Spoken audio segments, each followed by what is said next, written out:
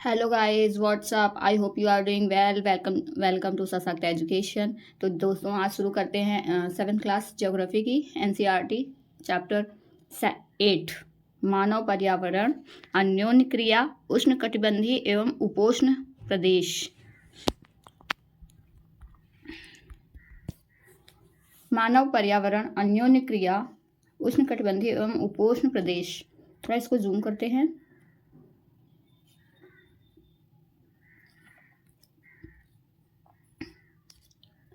रेणुका इसमें एक स्टोरी से स्टार्ट करता है।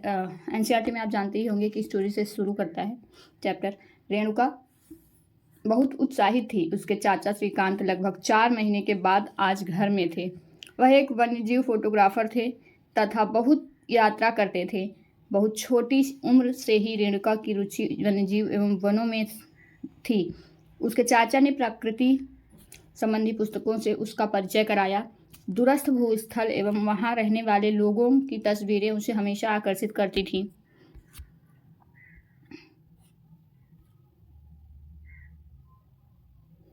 यहाँ देखिए हर जगह से आए हुए यात्री, विश्व के विभिन्न भागों के निवासी, हर जगह के निवासी को यहाँ पे रिप्रेजेंट किया गया है।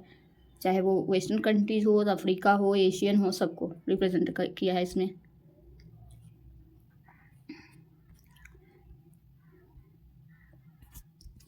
रेणुका इन तस्वीरों में तुम विश्व के विभिन्न भागों के लोगों को देख सकती हो। इनमें कुछ रेगिस्तान से हैं, कुछ बर्फीले प्रदेशों से एवं कुछ गर्म नम वर्षा वनों से हैं।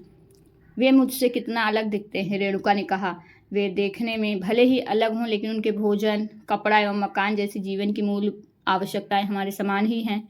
श्रीकांत चाचा ने कहा। उनके बच्चे भी शायद तुम्हारी ही तरह खेलते हैं, कभी झगड़ते हैं, फिर समझौता कर लेते हैं, गाते हैं, नाचते हैं। हम घरेलू कार्यों में अपने परिवार की मदद करते हैं। वे प्रकृति के करीब रहते हैं एवं जीवन की शुरुआत में ही प्रकृति की देखभाल करना सीख जाते हैं। वे मछली पकड़ना, वनों से सामग्री एकत्र करना सीख जाते हैं। जो जिस माहौल में रहेगा ना, उसमें उसकी रुचि होगी और उसमें उसकी उत्सुकता भी होगी। माहौल की ज़रूरत होती है किसी भी इंसान को ना ढालने के लिए, सिर्फ माहौल की ज़रूरत होती है। हम इंडियंस हिंदी क्यों बोलते हैं? क्योंकि हमको हिंदी का माहौल मिला है। अंग्रेज इंग्लिश ही क्यों बोलते हैं? क्योंकि उनको इंग्लिश का माहौल मिला है।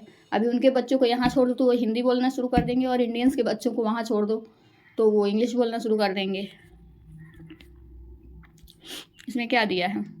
अध्याय 8, 9, 10 में आप विश्व के विभिन्न प्राकृतिक प्रदेशों के निवासियों के जीवन के बारे में सीखेंगे। इसमें क्या दिया है, इसको पढ़ते हैं। जब स्पेन के अन्वेषकों ने इस नदी की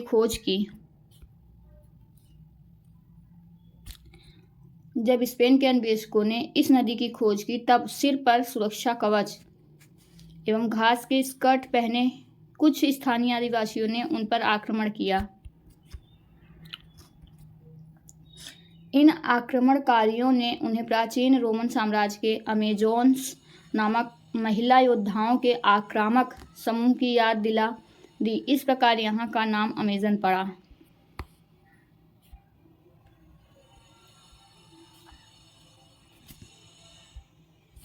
अमेजन बेसिन में जीवन। अमेजन बेसिन के विषय में जानने से पहले हम मानचित्र देखें। ध्यान दें कि उष्णकटिबंधीय प्रदेश कर्क रेखा और मकर रेखा के मध्य स्थित है। भूमध्य रेखा के 10 उत्तर से 10 दक्षिण के मध्य के भाग को भूमध्य रेखीय प्रदेश कहते हैं। अमेजन नदी इसी प्रदेश में होकर बहती है। ध्यान दें कि यह पश्चिम में पर्वतों से निकलकर पूर्व में अंध महासागर में कैसे पहुंचती है। जिस स्थान पर कोई नदी किसी अन्य जल राशि में मिलती है उसे नदी का मुहाना कहते हैं। जिस स्थान पर कोई नदी किसी अन्य जलराशि से मिलती है उसे नदी का मुहाना कहते हैं।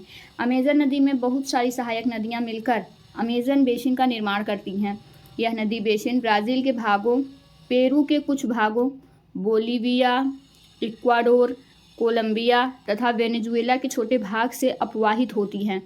क्या आप इस बेसिन में स्थित उन देशों के नाम बता सकते हैं जिनमें भूमध्य रेखा गुजरती है? बताइए, इनमें से कौन सा देश है जहाँ से भूमध्य रेखा होकर गुजरती है? भूमध्य रेखा गुजरती कौन से देश है? पेरू, कुछ भागों में बोलिविया, इक्वाडोर, कोलंबिया एवं वेनेजुएला के छोटे भाग से अपवाहित होती हैं। क्या आप इस बेसिन में स्थित उन देशों के नाम बता सकते हैं जिसमें भूमध्य रेखा गुजरती है? बताइए कमेंट करके कौन कौन से देश हैं। ये देखिए एक मैप दिया हुआ है, क्लियर नहीं है ये मैप, लेकिन फिर भी ये है उरुग्वे, अर्जेंटीना, पराग्वे, बोलिविया, दक्षिणी अमेरिका, ब्राज़ील, चिली, ठीक है। और इसमें क्लियर नहीं दिख रहा है कुछ भी। इसमें क्या दिया है? सहायक नदियाँ। यह छोटी नदियाँ होती हैं, यह छोटी नदियाँ होती हैं जो मुख्य नदी से मिलती हैं। मुख्य नदी अपनी सहायक नदियों के साथ जिस क्षेत्र में पानी को बहा कर ले जाती हैं वह उसका बेसिन अथवा जल संग्रहण क्षेत्र कहा जाता है। अमेजन बेसिन विश्व का सबसे बड़ा नदी बेसिन है।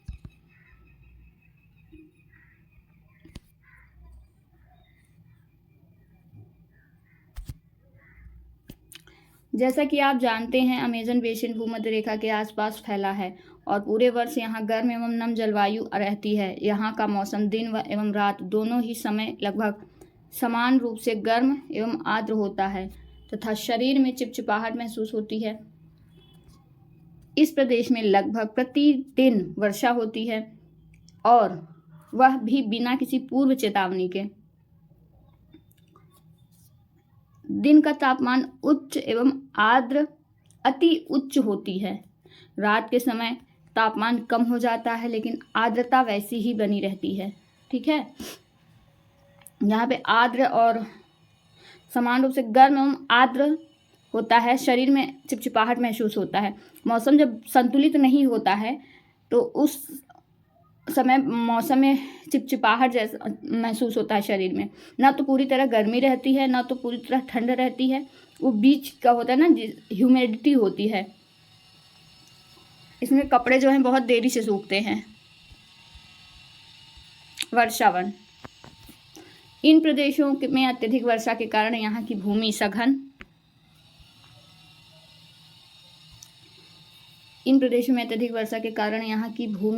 पर सघन वन उग जाते हैं। वन इतने सघन होते हैं कि पत्तियों तथा शाखाओं से छत सी बन जाती है जिसके कारण सूर्य का प्रकाश धरातल तक नहीं पहुंच पाता है। यहाँ की भूमि प्रकाश रहित एवं नम बनी रहती है। यहाँ केवल वही वनस्पति पनप सकती है जिसमें छाया में बढ़ने की क्षमता हो। परजीवी पौधों के रूप में यहाँ आर्किड एवं ब्रोमीलॉयड पैदा होते हैं। वर्षा वन में प्राणी जात की प्रचुरता होती है। टुकन, गुंजन पक्षी, रंगीन पक्षी वाले पक्षी एवं भोजन के लिए बड़ी चोंच वाले विभिन्न प्रकार के पक्षी जो भारत में पाए जाने वाले सामान्य पक्षियों से भिन्न होते हैं यहाँ पाए जाते हैं। प्राणियों में बंदर, स्लॉथ, चींटी खाने वाले टैपीर भी यहाँ पाए जाते हैं। यहाँ सांप सरीसृप की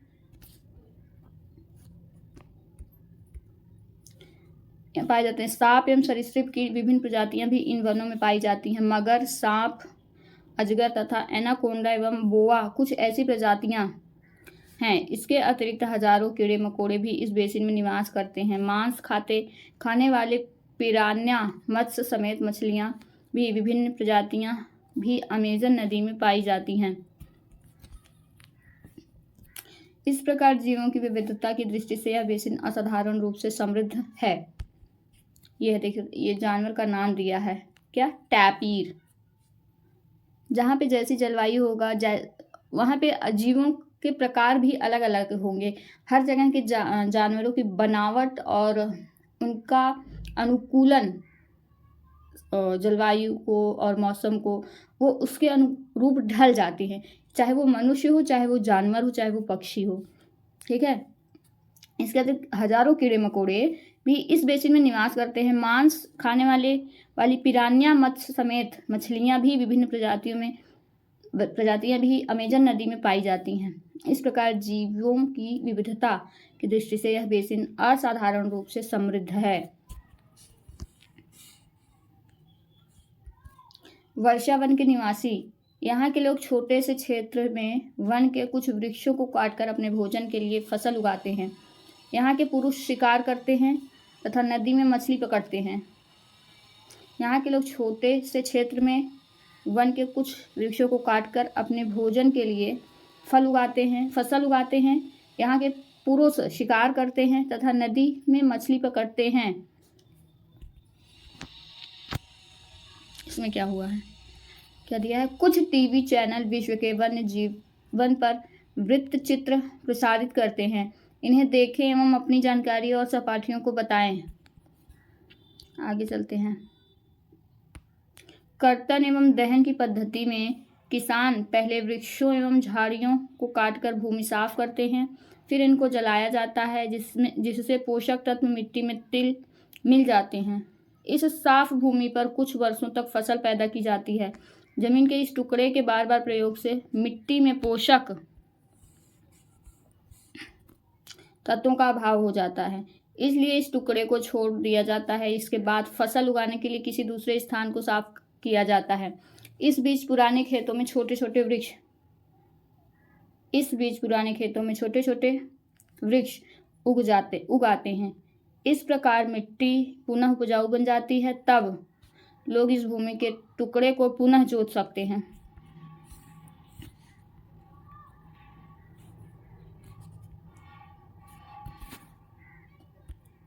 महिलाएं फसलों का ध्यान रखती हैं। वे मुख्यतः टेपियोका, अनन्नास एवं शकरकंद उगाते हैं, क्योंकि मछली या शिकार मिलना अनिश्चित होता है। ऐसे में महिलाएं ही अपनी उगाई शाक सब्जियों से अपने परिवार का भरण पोषण करती हैं एवं कर्तन एवं दहन कृषि पद्धति का प्रयोग करते हैं। इनका मुख्य आहार मैनियोक है, जिसे कसावा भी कहते हैं, तथा यह आलू की तरह जमीन के अंदर पैदा होता है।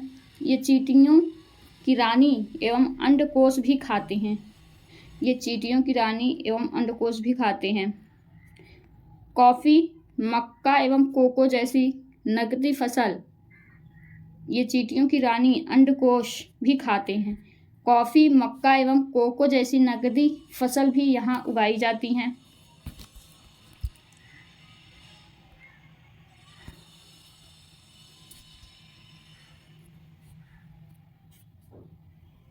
क्योंकि मछली शिकार मिलना अनिश्चित होता है। ऐसे में महिलाएं ही अपनी उगाई साग सब्जियों से अपने परिवार का भरण पोषण करती हैं। वे कर्तन एवं दहन कृषि पद्धति का प्रयोग करते हैं। इनका मुख्य आहार मैनियोक होता है। ठीक है, ये चीज़ याद रखिएगा। मैनियोक है, जिसे कसावा भी कहते हैं। यह आलू की तरह जमीन के अंदर पैदा होता है। चींटियों की रानी एवं अंडकोश भी खाते हैं। कॉफ़ी, मक्का एवं कोको जैसी नकदी फसल भी यहाँ उगाई जाती हैं। आगे चलते हैं। वर्षा वन अत्यधिक मात्रा में घरों के लिए लकड़ी प्रदान करते हैं। कुछ परिवार मधुमक्खी के छत्ते के आकार वाले छप्पर के घरों में रहते हैं, जबकि कुछ लोग मलोका कहे जाने वाले बड़े अपार्टमेंट जैसे घरों में रहते हैं, जिनकी छत तीव्र ढलान वाली होती है। अमेज़न बेसिन के लोगों का जीवन धीरे धीरे बदल रहा है। पुराने समय में वन के अंदर पहुंचने के लिए नदी मार्ग ही एकमात्र उपाय था। 1970 में ट्रांस अमेज़न महामार्ग बनने से वर्षा वन के सभी भागों तक पहुंचना असंभव हो गया। अनेक स्थानों पर पहुंचने के लिए हवाई जहाज़ों तथा हेलीकॉप्टरों का उपयोग किया जाता है। इस प्रक्रिया के फलस्वरूप वहाँ की मूल आबादी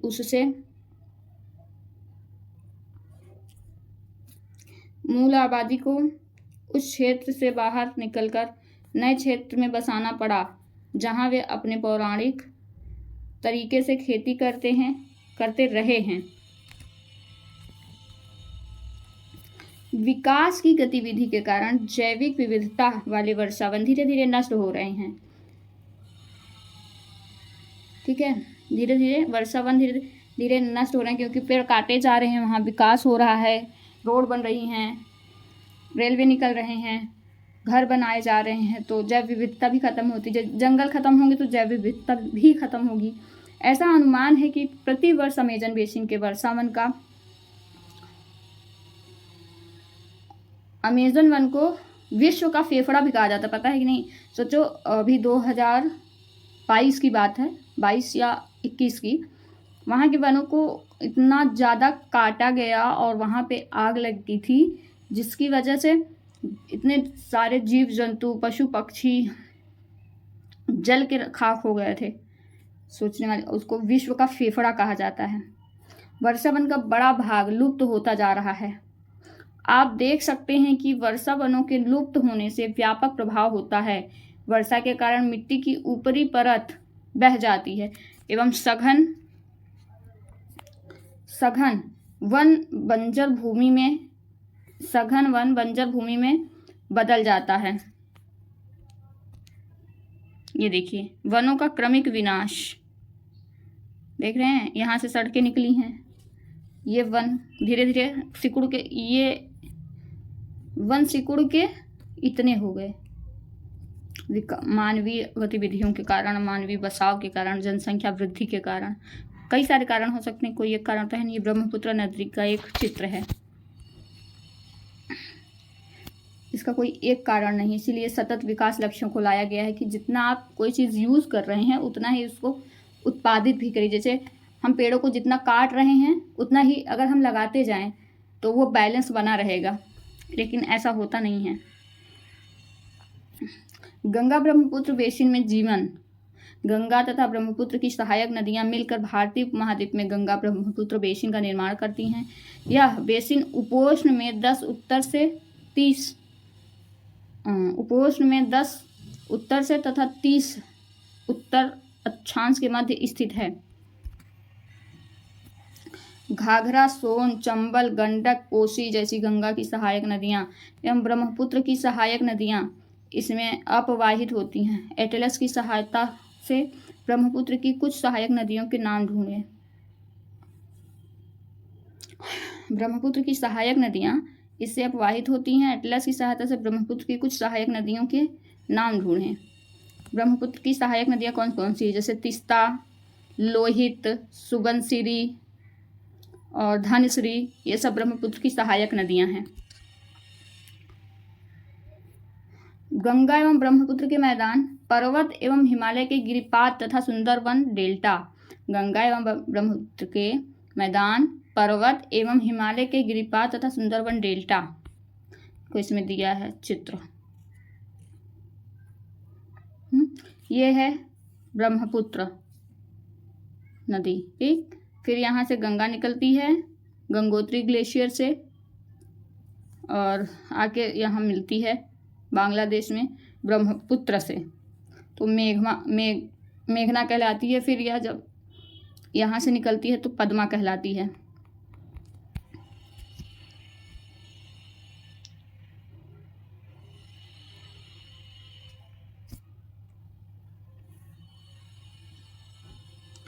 आओ कुछ करके सीखें। ब्रह्मपुत्र नदी को विभिन्न स्थानों पर विभिन्न नामों से जाना जाता है। इस नदी के अन्य नामों का पता लगाइए। देखिए, चीन में इसको सांगपो कहा जाता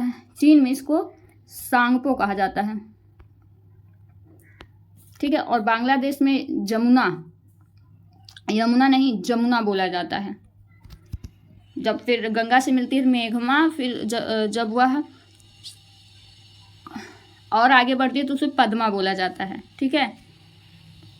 इसमें क्या, जनसंख्या घनत्व का अर्थ है 1 वर्ग किलोमीटर क्षेत्र में रहने वाले लोगों की संख्या। उदाहरणतः उत्तराखंड का जनसंख्या घनत्व 159 है, जबकि पश्चिम बंगाल का 904 तथा बिहार का 880 जनघनत्व है। इस बेसिन की मुख्य विशेषताएं हैं। मैदानी क्षेत्र में अनेक चाप झील पाई जाती हैं। यहाँ की जलवायु मुख्यतः मानसूनी है। मानसून में इस बेसिन की मुख्य विशेषताएं हैं। मैदानी क्षेत्र में अनेक चाप झीलें पाई जाती हैं। यहाँ की जलवायु मुख्यतः मानसूनी है। मानसून में मध्य जून से मध्य सितंबर के बीच वर्षा होती है। ग्रीष्म ऋतु में गर्मी एवं शीत ऋतु में ठंड होती है। भारत का मानचित्र देखिए, उन राज्यों के नाम बताइए जहां गंगा ब्रह्मपुत्र बेसिन स्थित है। बेसिन क्षेत्र के में विभिन्न प्रकार की स्थलाकृतियां हैं। स्थलाकृति है जनसंख्या के वितरण में पर्यावरण की प्रमुख भूमिका होती है। तीव्र ढाल वाले पर्वतीय क्षेत्र बसने के लिए प्रतिकूल हैं, अतः गंगा ब्रह्मपुत्र बेसिन के पर्वतीय क्षेत्र में कम लोग रहते हैं। मानव वहाँ पे काफ़ी दिक्कतें होती, जैसे बरसात के मौसम में भूस्खलन जैसी समस्याएं आती हैं, अपरदन होता है, और बाढ़ तो हालांकि नहीं आता है, लेकिन कभी भी घर ढह जाने की चिंता आशंका रहती है। पहाड़ी क्षेत्रों में कभी भी बारिश हो सकती है। इस वजह से वहाँ पे जनसंख्या मानव का प्रवास कम होता है। पर्वतीय क्षेत्रों में कम लोग रहते हैं मानव, और वहाँ मूलभूत सुविधाएं भी उपलब्ध नहीं होती, जैसे दुकानें नहीं होती, स्कूल नहीं होते हैं, तो इसलिए वहाँ पे मानवीय बसाव कम होता है। मानव प्रवास के लिए मैदानी क्षेत्र सबसे उपयुक्त है। मानव बसाव के लिए, प्रवास के लिए मैदानी क्षेत्र सबसे उपयुक्त हैं। ये तो ठीक है, क्योंकि यहाँ पे आप कृषि कर सकते हो, यहाँ पे पानी उपलब्ध हो सकता है, मकान बना सकते हो, समतल भूमि होती है, अतः यहाँ जनसंख्या घनत्व अधिक है। यहाँ की मिट्टी उपजाऊ है। जिन स्थानों पर फसल उगाने के लिए समतल भूमि उपलब्ध है, वहाँ के लोगों को मुख्य व्यवसाय कृषि है। धान यहाँ की मुख्य फसल है। चूँकि धान की खेती के लिए पर्याप्त जल की आवश्यकता होती है, यह उस क्षेत्र में उगाया जाता है जहाँ अधिक वर्षा होती है। यहाँ उगाई जाने वाली अन्य फसलें गेहूं, मक्का, ज्वार, चना एवं बाजरा हैं। गन्ना एवं जूट जैसी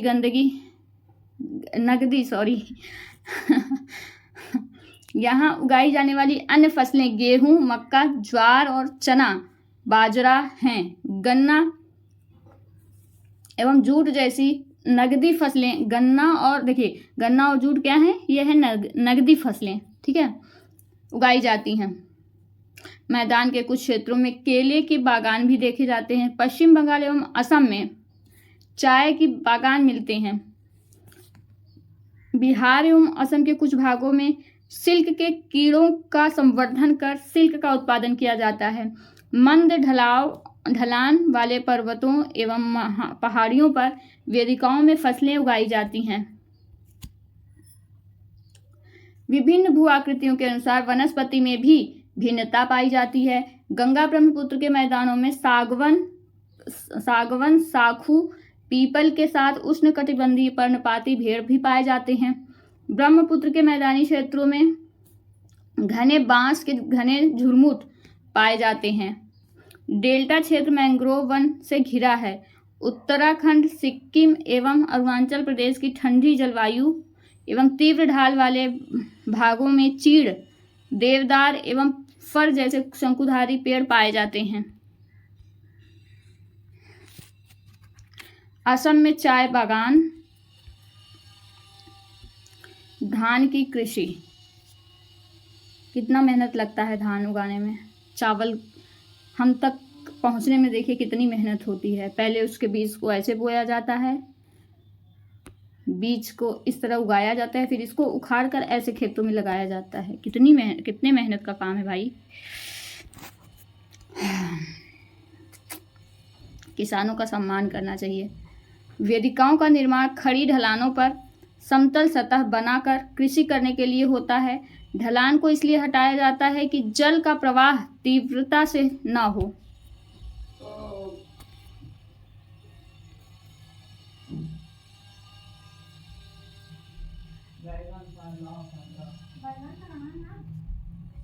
बेसिन में विभिन्न प्रकार के वन्यजीव पाए जाते हैं।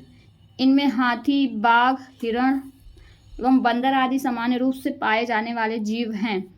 एक सींग वाला गैंडा ब्रह्मपुत्र के मैदानों में पाया जाता है। डेल्टा क्षेत्र में बंगाल टाइगर, मगर एवं घड़ियाल पाए जाते हैं। डेल्टा क्षेत्र में बंगाल टाइगर, मगर एवं घड़ियाल पाए जाते हैं। नदी के साफ जल, झील एवं बंगाल की खाड़ी में प्रचुर मात्रा में जलीय जीव पाए जाते हैं। रोहू, कतला, देखिए ये क्वेश्चन पूछा जाता है, ठीक है। देखो, डेल्टा क्षेत्र में बंगाल टाइगर, मगर एवं घड़ियाल पाए जाते हैं। ठीक, नदी के साफ जल, झील एवं बंगाल की खाड़ी में प्रचुर मात्रा में जलीय जीव पाए जाते हैं। कौन कौन से? रोहू, कतला एवं हिल्सा। रोहू, कतला एवं हिल्सा मछलियों की सबसे लोकप्रिय प्रजाति है। कौन कौन सी प्रजाति है? रोहू, कतला एवं हिल्सा। ऐसे देख के पूछेगा ये क्या है, ये पक्षी है, जीव है, फूल है, या गेहूं की प्रजाति है, धान की प्रजाति, ऐसे करके दे देगा। तो आपको याद रखना है, रोहू, कतला एवं हिल्सा मछलियों की सबसे लोकप्रिय प्रजाति है। ठीक है। मछली एवं चावल इस क्षेत्र में रहने वाले लोगों को का मुख्य आहार है। जैसे पश्चिम बंगाल में मच्छी और चावल बहुत खाया जाता है, वहाँ का आहार है, पसंदीदा आहार। वेदिकाओं का निर्माण खड़ी ढालों पर समतल सतह बनाकर कृषि करने के लिए होता है। ढलान को इसलिए हटाया जाता है कि जल का प्रवाह तीव्रता से न हो।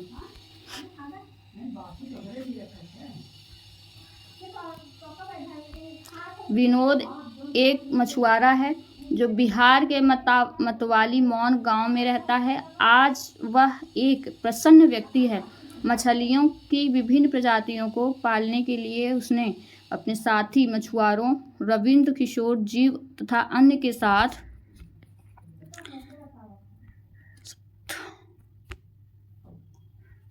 मौन या चाप झील को साफ किया। झील में उगने वाले स्थानीय खरपतवार वेलिनेरिया हाइड्रिला मछलियों का भोजन बनते हैं। झील के आसपास की भूमि उपजाऊ है। वह इस जमीन पर धान, मक्का एवं दलहन जैसी फसलें बोता है। खेत की जुताई के लिए भैंसे का उपयोग किया जाता है। वहाँ के लोग बहुत संतुष्ट हैं। नदी, देखो अंधी डॉल्फिन का चित्र। गंगा एवं ब्रह्मपुत्र नदी के अलवर जल में एक प्रकार की डॉल्फिन पाई जाती है जिसे स्थानीय भाषा में सूसू अथवा अंधी डॉल्फिन कहा जाता है। सूसू की उपस्थिति देखिए, ये भी पूछा जा सकता है सूसू क्या है, एक मछली है, पक्षी है, या फिर कुछ किसी फसल की प्रजाति है, ये भी पूछा जा सकता है। अथवा अंधी डॉल्फिन कहा जाता है। गंगा एवं ब्रह्मपुत्र नदी के अलवण जल में एक प्रकार की डॉल्फिन पाई जाती है जिसे स्थानीय भाषा में सूसू अथवा अंधी डॉल्फिन कहा जाता है। सूसी की उपस्थिति से जल की शुद्धता का पता चलता है। रसायन की अत्यधिक मात्रा वाले गैर उपचारित औद्योगिक एवं शहरी गंदगी इन प्रजातियों में नष्ट कर रहे हैं। मैं पकड़ने, खाने व बेचने के लिए काफ़ी मछलियां हैं जिन्हें पकड़कर वो पास के शहरों में भी बेचते हैं। यह समुदाय प्रकृति के साथ समरसता बनाकर रहता है। जब तक पास के शहरों का प्रदूषण इस झील तक नहीं पहुंचता, तब तक मत्स्य पालन को कोई खतरा नहीं है।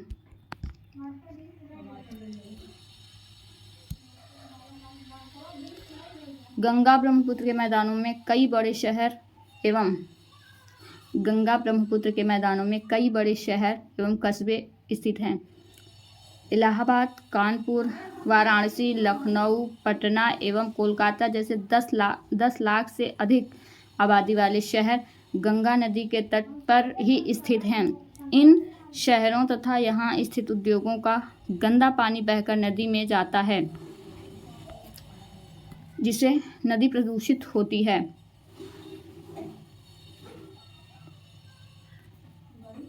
बेसिन में यातायात का सुविकसित तंत्र उपस्थित है। आप देख सकते हैं कि गंगा ब्रह्मपुत्र बेसिन में यातायात के 4 मार्ग सुविकसित हैं। मैदानी इलाकों के लोग सड़क मार्ग एवं रेल मार्ग द्वारा एक स्थान से दूसरे स्थान तक जाते हैं। नदी के तटीय क्षेत्रों में जलमार्ग यातायात का प्रभावशाली माध्यम है। कोलकाता हुगली नदी पर स्थित एक महत्वपूर्ण पत्तन है। मैदानी क्षेत्र में कई बड़े हवाई पत्तन भी स्थित हैं। पर्यटन इस बेसिन की एक महत्वपूर्ण क्रिया है। आगरा में यमुना के किनारे स्थित ताजमहल, इलाहाबाद में गंगा एवं यमुना नदी का संगम, उत्तर प्रदेश एवं बिहार में बौद्ध स्तूप, लखनऊ का इमामबाड़ा, असम का काजीरंगा एवं मानस वन्य प्राणी अभयारण्य तथा अरुणाचल प्रदेश के विशिष्ट जनजातीय संस्कृति जैसे कई दर्शनीय स्थल हैं। तो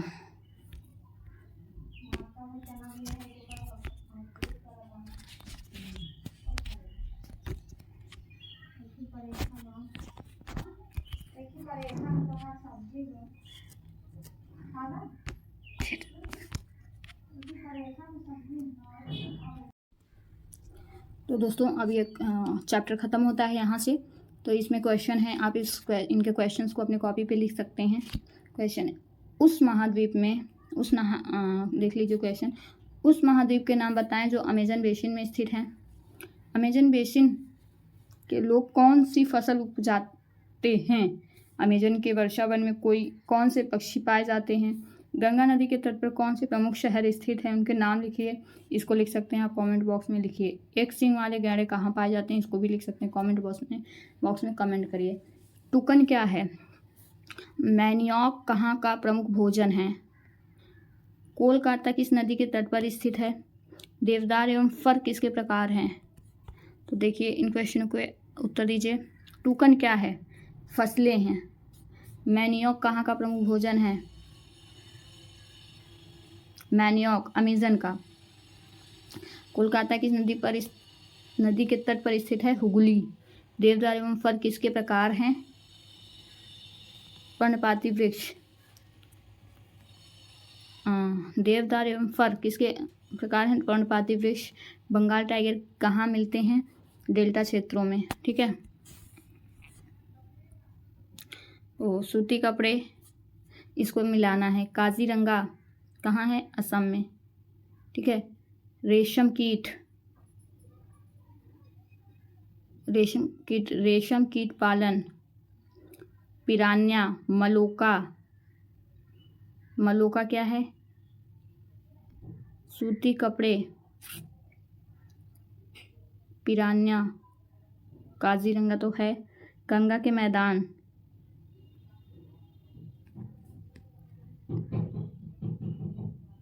दो ही चीज़ें मिल रही हैं। वेदिका कृषि जो पहाड़ों पे होती है उसको मलोका बोलते हैं। पिरान्या,